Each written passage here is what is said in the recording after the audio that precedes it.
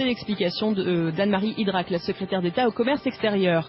L'économie française décidément en mauvaise santé. 250 000 emplois ont été détruits en 2009 d'après les statistiques de Pôle emploi.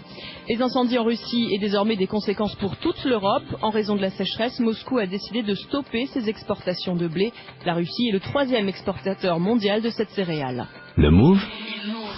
Et on continue avec le reportage. Et on revient sur le buzz de la semaine dernière, on l'avait évoqué dans la revue de web, la gigantesque mobilisation flash ou flash mob des fêtes de Bayonne. Victor Dolande-Monnier s'est intéressé à l'organisation d'un tel événement. En naviguant sur la toile, des amis tombent sur la flash mob géante de Chicago. Un concert en plein air des Black Eyed Peas et 25 000 personnes réunies pour faire une surprise à la vedette de télé américaine Oprah Winfrey. Bingo, cette vidéo donne des idées à Philippe Bisbo-Bazurko. Il crée un groupe Facebook pour tenter d'organiser le même événement à Bayonne. Ça a été quand même 2 mois de boulot, quoi, tout ça. Travailler la chorégraphie, la filmer, pas par pas, etc. pour pouvoir la diffuser sur le net pour que le maximum de gens puissent la prendre, parce qu'il n'y a pas tout le monde qui pouvait venir, parce qu'il y a des gens qui sont venus d'un peu partout en France. Et ensuite, on commençait les répétitions. On a commencé, on était 15, puis 80, puis 240, 300, 350, 400. Sur la dernière répétition, on était 600. Le résultat final est bluffant. 2500 personnes ont dansé samedi dernier. Julie et Sylvie étaient de la partie, t-shirt blanc et foulard rouge obligatoire.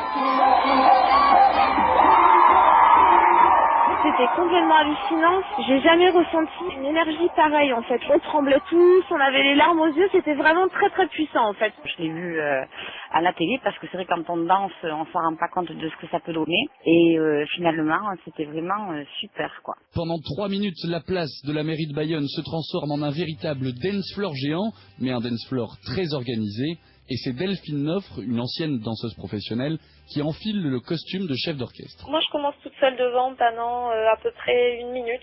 Et puis, on a un deuxième groupe qui se déclenche, qui est environ de 150 personnes. Et puis, le deuxième et puis le troisième groupe. Il y avait du monde partout. Le but, c'était de déclencher des vagues au fur et à mesure, au début de la chorégraphie. Et puis, à la fin, on a une vague qui est assez grande, qui va entre la mairie et le pont. Donc, sur 2000 personnes, en tout cas, c'était assez impressionnant à voir. Un dernier ingrédient pour réussir une flash mob, une bonne visibilité. À ce jour, plus de 200 000 personnes ont déjà visionné cette vidéo.